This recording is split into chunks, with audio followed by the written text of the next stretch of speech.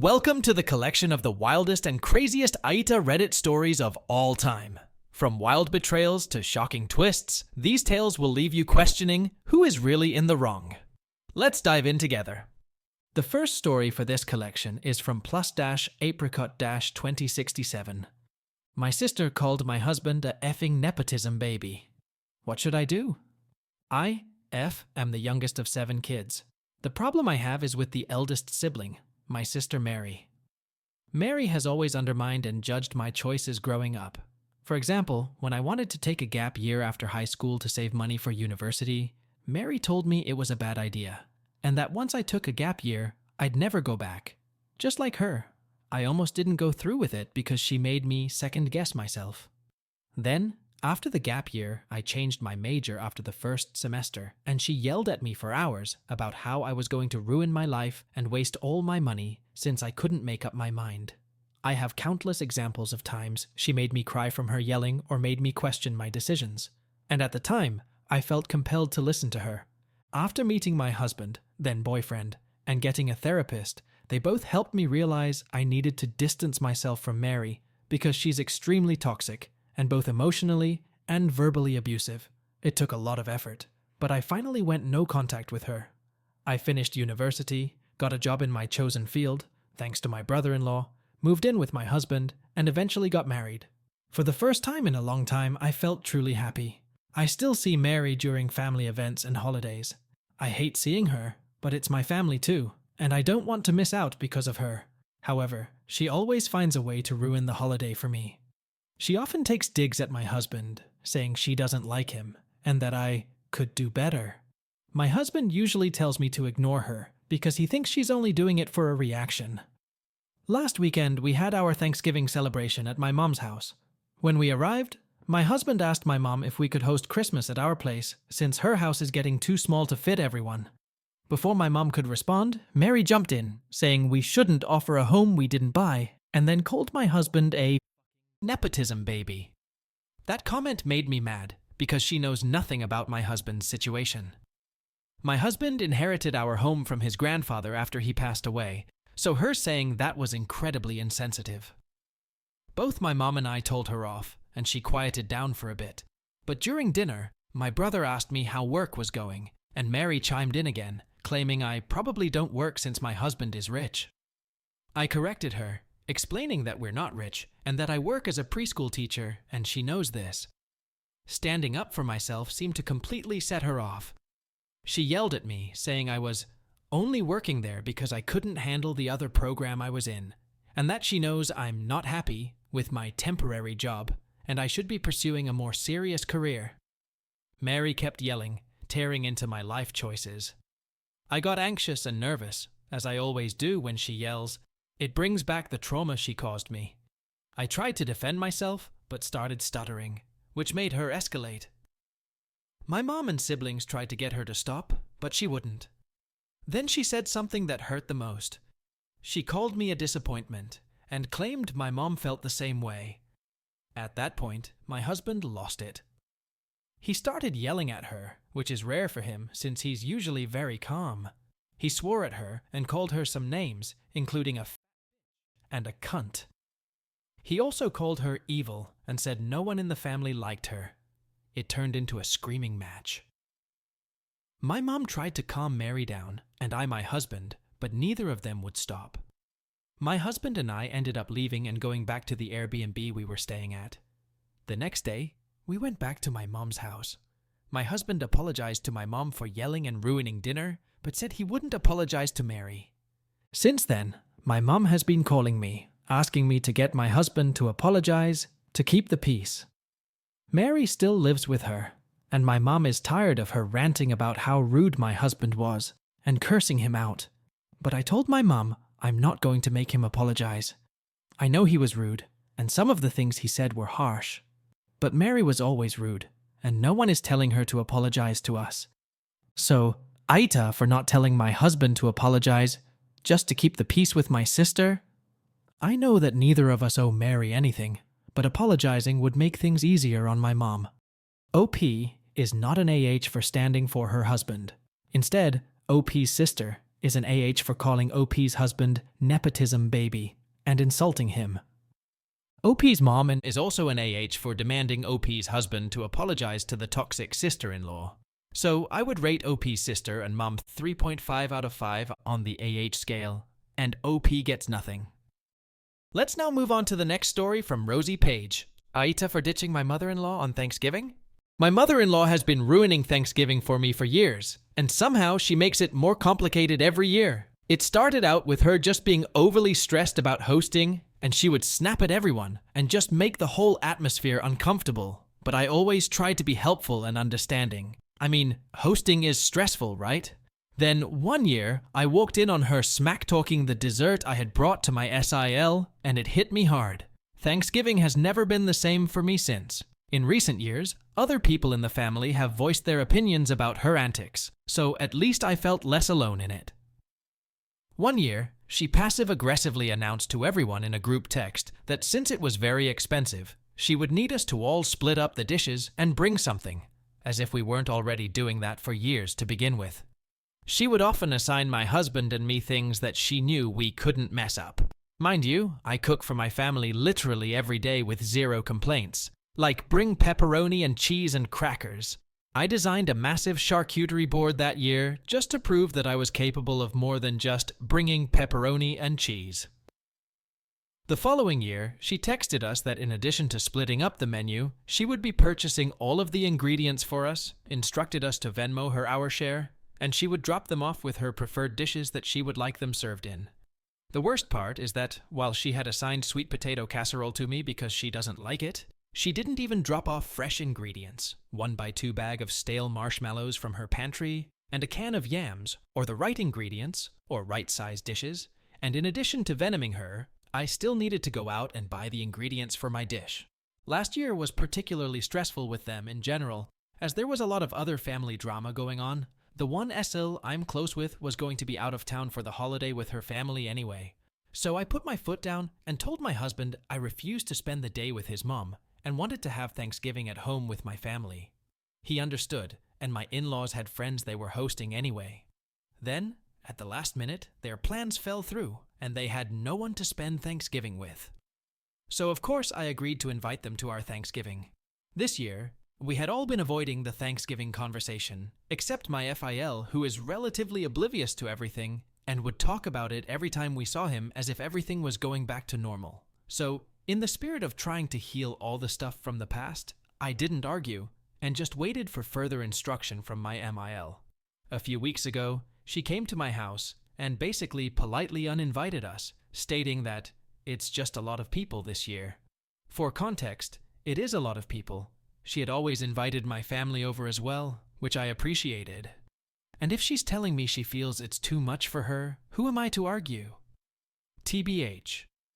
I was relieved to not have to spend the day with her, until I turned and looked at my daughter's face, and my husband's face when I told him. They were both extremely hurt that they were being excluded. On the one hand, it was understandable why she had chosen us. We have a whole other family to celebrate with. But on the other hand, her other children and grandchildren were still invited, so they definitely felt not great about it. To make it worse, she suggested that we do Thanksgiving at my mom's house. My mom was fine with it, but I thought it was a bit odd to go volunteering her to host without even talking to her. And then everyone, all the people that were too many people for my MIL, could meet at my house for pie and a bonfire. Fine. My kids would be devastated if they didn't get to see their cousins for Thanksgiving, so we'll make it work. I think I've been a really good sport. Even when she made it extra awkward by not telling anyone that she had uninvited us, including her own husband, who awkwardly asked what the plans were, and she just hushed him and told him, "Don't worry about it." Even when she lied to my 11-year-old niece's face when she asked her if my kids would be there, and she told her, "Of course, why wouldn't they be?" I literally had to turn to my 14-year-old, who witnessed the initial conversation, and ask if I had imagined it. She assured me I had not. Fast forward to 2 days ago, and my husband gets a phone call from his mom, telling him that their plans fell through again, and would we like to come after all? From a logistical standpoint, we've already planned our menu for my mom's Thanksgiving, and purchased the majority of the food. From a moral standpoint, no, just no. Why would I want to go over there after all the frustration she put everyone through this year? And to top it off, it really bothered me the way she went about it. When she knew my husband might be upset, she came to me to uninvite us.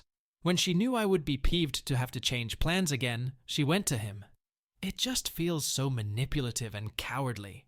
I felt really justified in putting my foot down and saying, "No, you made your bed, now lay in it." Except everyone is unhappy. My kids are unhappy. My nieces are unhappy. My husband is unhappy. AITA for wanting to just stick to the original plan to avoid my MIL as much as possible that day. OP is not an AH for standing up to her mother-in-law's inconsistent and manipulative behavior. She takes OP and her children for granted, which cannot be justified in any way. OP's has the right to take her own decision for her convenience. As for scores, I would rate OP's mother-in-law 3.5 out of 5 on the AH scale, and OP gets nothing. Let's now jump onto the next story from a man with flaws. Made a horrible mistake while blackout out drunk. AITA? I'm a 23-year-old guy, and my girlfriend, who's also 23, is the love of my life. We've been together for 5 years, and I've always tried to be the best partner I can be. Over time, I've developed a close bond with her family. She has a 22-year-old sister who's gay and 3 younger siblings aged 17, 18, and 20. I've always treated them as my own siblings, being there for them during tough times and earning their trust and respect, even financially as well. A few weeks ago, everything fell apart in one night, and I'm still struggling to come to terms with it. My girlfriend and I hosted a party with her siblings and a few others. We had 2 bottles of gin to start, and I'll admit, I've been struggling with binge drinking lately. That night, I drank far more than I should have. Within 45 minutes, I had 4 strong drinks from the first bottle, more than 90 milliliters with empty stomach. And by the time the second bottle was opened, I was already losing control. I drank majorly of the bottles. From what I remember, the night started out fine. We were all talking, dancing, and having deep conversations. I tried to be supportive, comforting one sibling about a breakup and giving advice to another about life challenges. But things spiraled quickly. After finishing the second bottle, I suggested we get more booze. My girlfriend agreed, but started feeling sick on the way. I helped her back to the apartment, tucked her into bed, kissed her forehead, and told her I loved her. At that moment, I felt like I was still trying to do the right thing, even though I was drunk. After she fell asleep, I went with one of her siblings to get another bottle. He later told me we had a great conversation, and that hurts even more because what happened afterward destroyed that bond completely. When we returned, the third bottle was opened. This time, it was mostly me and her gay sister drinking, while her girlfriend lay on her lap and 2 of her siblings sitting. I finished most of the third bottle by myself. That's when I blacked out completely, and everything after that is based on what I've been told. Here's what happened. At some point, while we were all dancing earlier, her gay sister gave me a peck on the cheeks. She immediately apologized to both my girlfriend and her own girlfriend, saying it was a mistake. I didn't even register it at the time because I was already drunk. Later in my blackout state, I was wandering around the house finding my girlfriend. As it was dark and shouting baby, I mistook her sister for my girlfriend in the dark and gave her a peck on the lips, calling her baby, which is what I only call my girlfriend. Her sister didn't push me away or anything. Instead, she woke up her girlfriend and told her what had happened. The 2 of them then woke up my girlfriend and told her I kissed her sister, which I don't remember.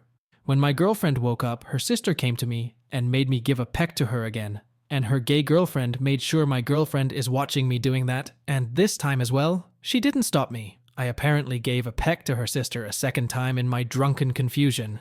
Her sister's girlfriend made sure my girlfriend saw it this time. My girlfriend slapped me hard, and the noise woke up the whole apartment.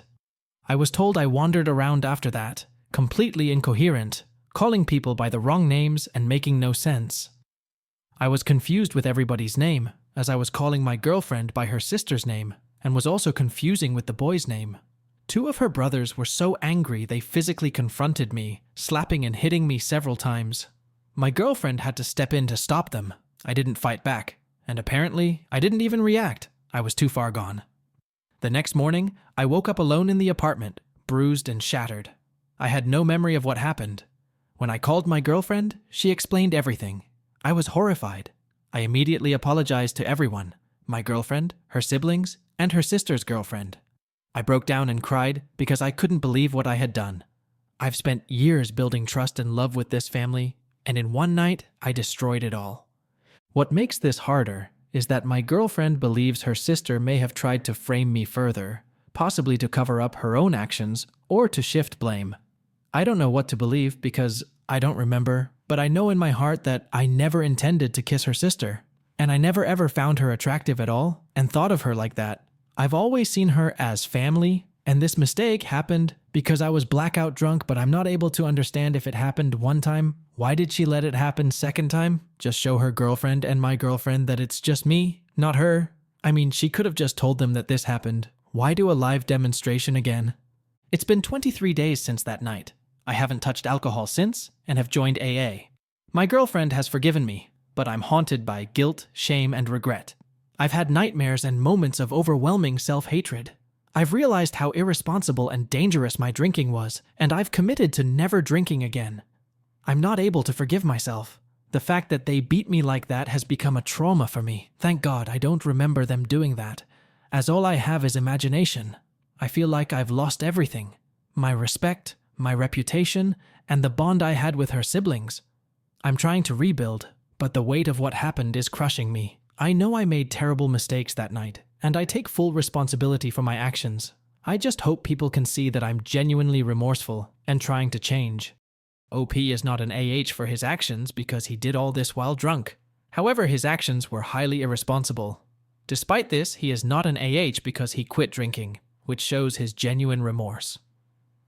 Let's now move on to the next story from Last Garbage 1880. AITA. If I tell my ex-friend that can't watch her dog for 6+ months.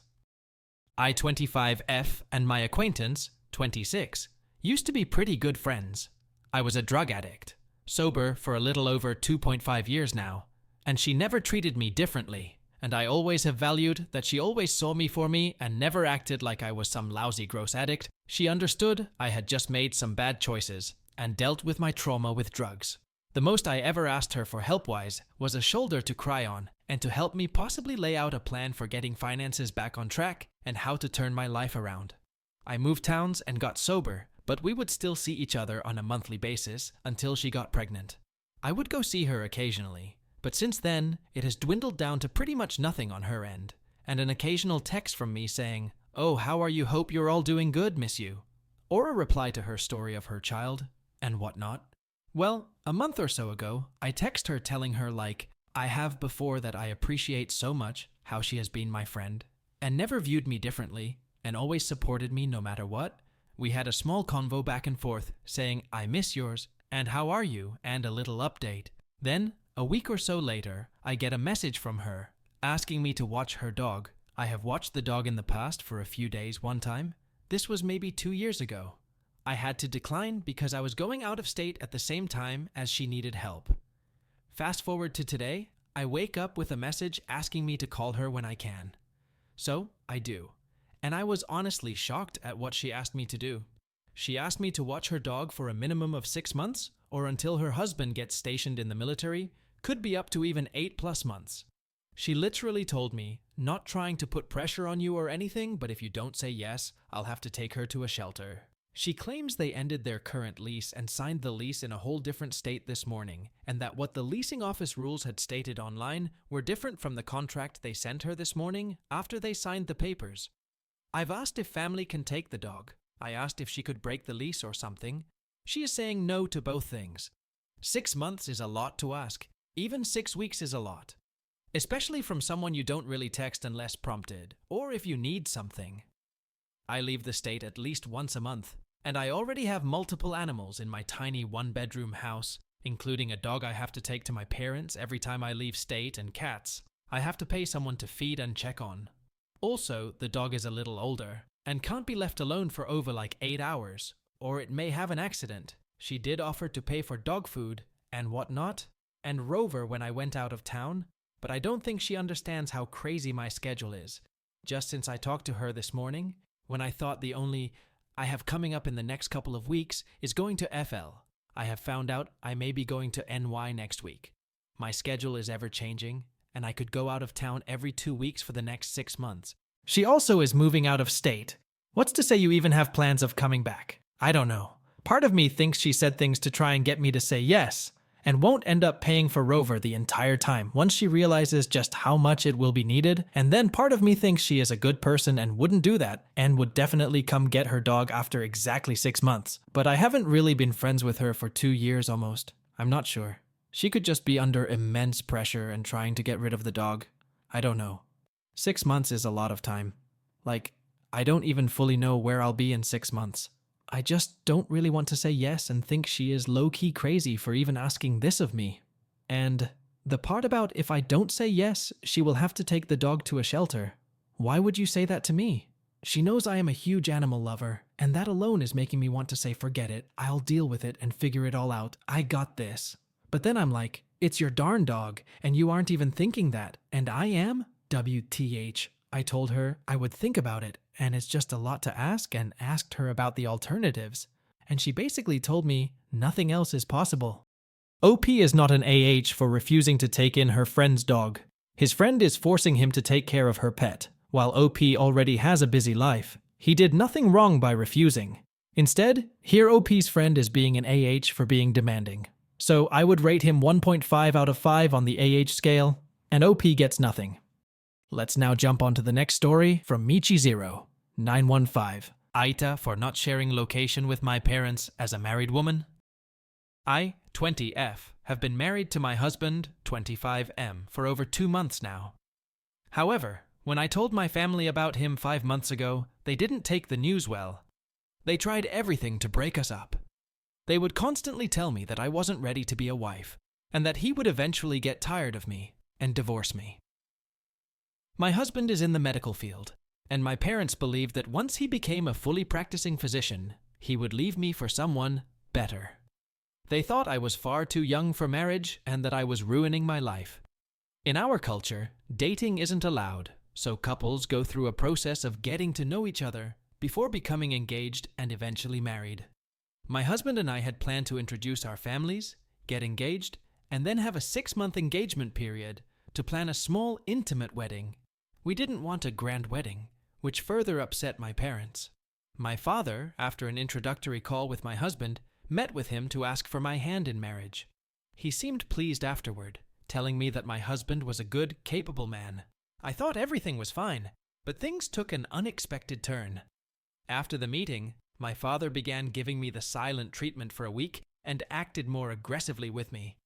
At the end of the week, he sat me down and told me I wasn't allowed to get married. He yelled that if I cared for my parents, I would listen to them and give up on marriage for now. He said that I could wait 4-5 years, and then maybe we could talk about marriage again. He screamed that I wasn't ready, and that I would regret my decision, claiming my life would be ruined, and that he wouldn't help me if I ended up divorced. My mother supported him, saying that I should respect my parents and keep my head down. Despite their pressure, I stood my ground and told them I still wanted to be with my husband. My father then made it clear that he didn't want me to stay in their house and urged me to get married and get out of his face as I wasn't listening to him. He refused to attend our engagement ceremony and even told me there would be no whoring around before marriage. He gave me silent treatment to guilt me, but I still did not give in.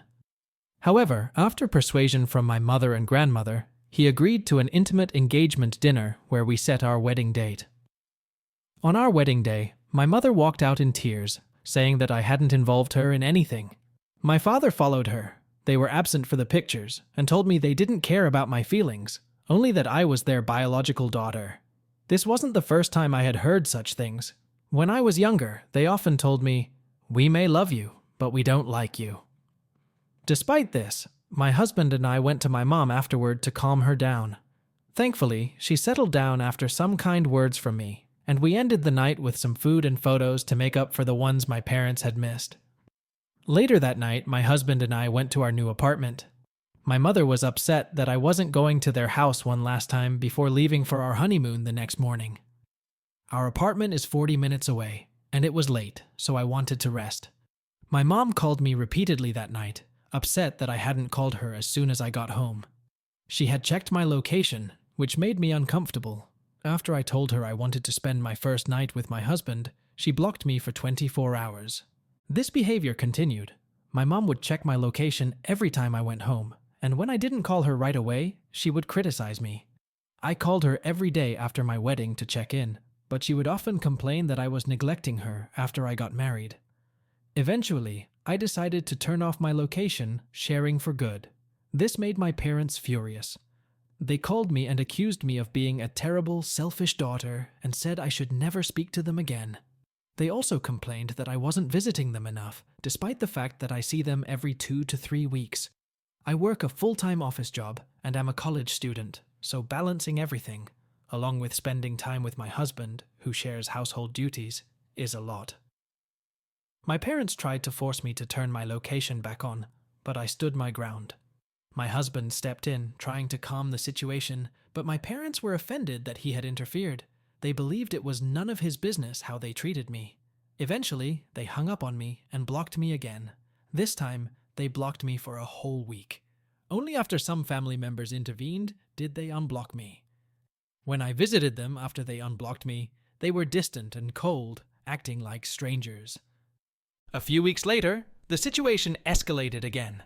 My parents demanded that I turn my location back on and wanted an apology as well. I refused, reiterating that if they wanted to know where I was, they could just call me. They told me I had to respect them, but I couldn't continue to live under this pressure. The constant fighting and their inability to accept my autonomy has taken a massive toll on my mental health. I haven't called them in a week. I feel like a failure as a daughter, a sister, and even as a person. My anxiety has worsened, and I feel like I can never breathe. I don't know how to fix things with my parents, or if I eventually want to. And that also makes me feel guilty because I grew up in a home where the elders are to always be respected. They don't respect my boundaries, and I feel suffocated by their demands. My relationship with my husband is the only thing that brings me peace. But even that feels under threat because of the tension between my parents and me. I'm struggling to balance my desire for independence with the weight of my family's expectations. This situation is overwhelming, and I don't know how much longer I can keep going like this. OP is not an AH for setting boundaries to protect her mental health.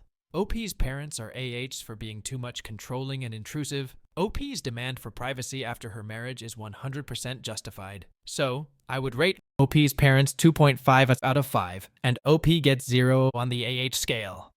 What do the Mac Reddit fans think? Is the OP an AH or not? Let me know in the comment section below.